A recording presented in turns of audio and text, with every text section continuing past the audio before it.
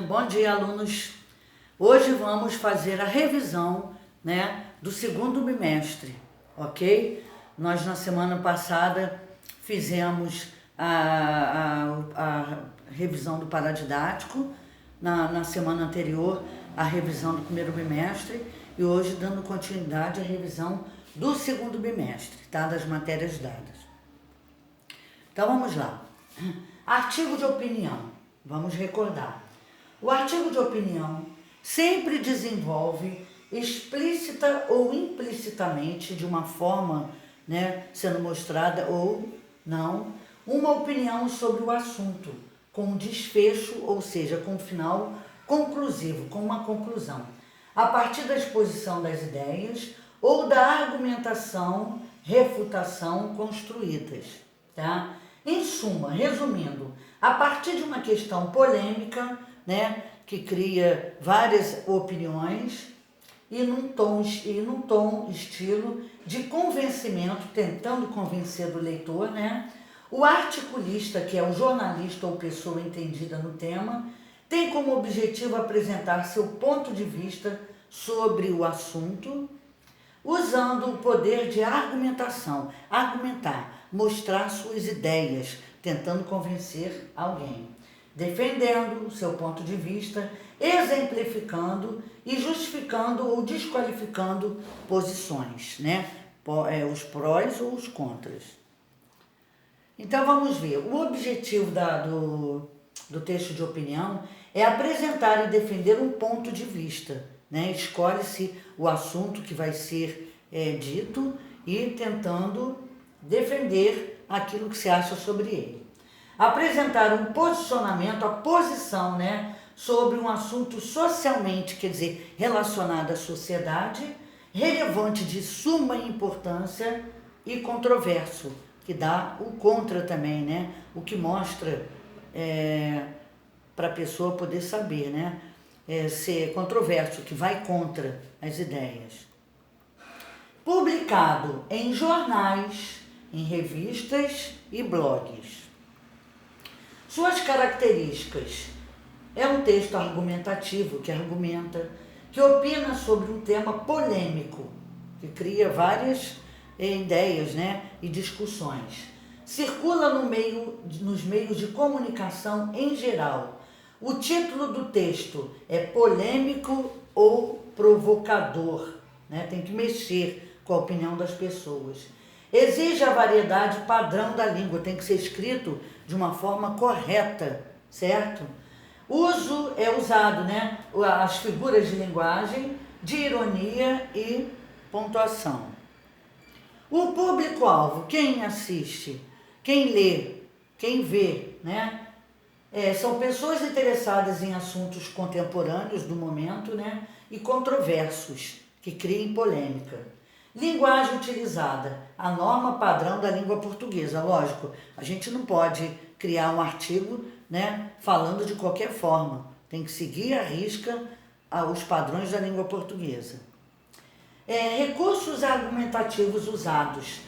Os argumentos são manifestações linguísticas muito importantes na construção de enunciados, pois permitem que o receptor, quem está vendo, quem está recebendo, chegue a uma conclusão defendida por meio de argumentação. Para isso, são utilizados os recursos argumentativos, os recursos que vão ser utilizados para tentar convencer, que fazem com que os argumentos tenham maior efetividade em um enunciado. Bom, a argumentação é um recurso que tem como propósito convencer alguém para que esse tenha opinião ou comportamento alterado, Que ele chegue a uma conclusão, mude de opinião, e veja se aquilo é certo ou errado. No momento da construção textual, no momento que está sendo construído o texto, os argumentos são necessários, são essenciais. Esses serão as provas que apresentaremos com o propósito de defender nossa ideia e convencer o leitor de que essa é a correta, igual a gente. Se a gente tenta convencer alguém sobre o nosso ponto de vista, sobre nossas ideias, a gente tem que utilizar de argumentos fortes para convencer a pessoa. Existem 3 tipos de argumentações. A argumentação por citação. Sempre que queremos defender uma ideia, procuramos pessoas consagradas que saibam a respeito desse tema, que pensam como nós acerca do tema em evidência, do tema que se propôs, né? Que está sendo proposto. A sustentação da argumentação se dará a partir das informações apresentadas, dados como dados, estatísticas, percentuais, para mostrar, né, que a acompanham. Esse recurso é explorado quando o objetivo é contestar um ponto de vista equivocado.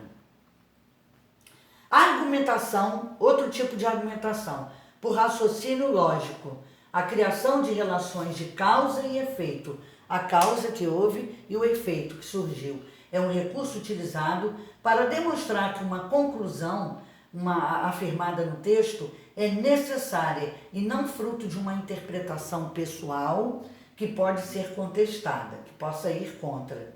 Para a construção de um bom texto argumentativo, faz-se necessário conhecimento sobre a questão proposta. Tem que conhecer a fundo aquilo que está sendo dito, né? Para poder a pessoa provar que ela sabe, que ela tem conhecimento sobre o assunto. Fundamentação para que seja realizado com sucesso. Bom, argumento por comparação, né? Faz a comparação, o nome já diz, ou por analogia. A argumentação por comparação é aquela em que se estabelece relação de semelhança, coisas iguais, parecidas, né? E diferença, diferente uma da outra. Então, a comparação é dessa forma. Quando relacionados às diferenças, quando a gente se refere às diferenças que existem, né, nessas comparações, ocorre comparação por diferença. Quando se baseia em algo comum entre 2 elementos, ocorre uma comparação por semelhança. Faz uma comparação de coisas iguais, então ela é feita por semelhança. Por coisas diferentes, é por diferença, ok? Agora vamos ao editorial. O que é editorial? É uma reportagem opinativa que opina, que dá opinião. Ela expressa a opinião do grupo em si, do meio de comunicação. O assunto pode ser de caráter político, pode ser referido à política, ao meio social, cultural ou econômico, tá? Tem como objetivo a repercussão permanente do público, certo? Pode aparecer no formato de charge ou caricaturas. O editorial, ele dialoga com os assuntos atuais, momentâneos, né? Estabelece um gancho com notícias e outros gêneros que circulam no mesmo veículo. Apresenta título, o qual pode antecipar, através do título já antecipa, pode antecipar o assunto e sugerir o posicionamento do veículo de comunicação sobre esse assunto. Registro predominante no editorial. O registro formal, lógico, tem que ser de forma correta, seguindo à risca as normas da gramática. A situação comunicativa exige porque um veículo de comunicação fala sobre um assunto de interesse geral, né? É destinado a todos os leitores do jornal. Então não pode haver erros. O objetivo: expor e comentar assuntos socialmente relacionados à sociedade, relevante de suma importância aos leitores, revelando assim uma postura ideológica de um veículo de comunicação como jornal ou revista, né, sobre um assunto socialmente relevante. Características: expor fatos e analisá-los de forma criticamente, né? Expressar a posição ideológica de um veículo, a posição de ideias relacionadas a eles. E apresentar argumentos para tentar convencer. O público-alvo: É aos leitores do veículo onde o editorial é publicado ou a todos os interessados em atualidades. Fato ou opinião? Bom, o fato, qual é a diferença entre o fato e a opinião? O fato é aquilo que aconteceu, ponto. Aconteceu. Houve um fato, registraram e comentaram, certo? A opinião já é diferente. É o que alguém pensa que ocorreu, uma interpretação desses fatos, que podem até serem transformados, né? Sem ser de forma real, como aconteceu mesmo. Fatos usualmente podem ser submetidos à prova por números, documentos e registros. Os fatos verídicos, né? Eles podem ter, a pessoa pode tirar prova através de números, de documentos e registros. As opiniões, por outro lado, refletem juízos, valores, interpretações, né? Os fatos, as pessoas que chegam à sua conclusão. Vai passando os fatos adiante, né? E colocando a sua opinião. Então, elas às vezes podem ser até distorcidas. Por isso que é perigoso acreditar, né, em determinadas publicações sem saber a veracidade delas.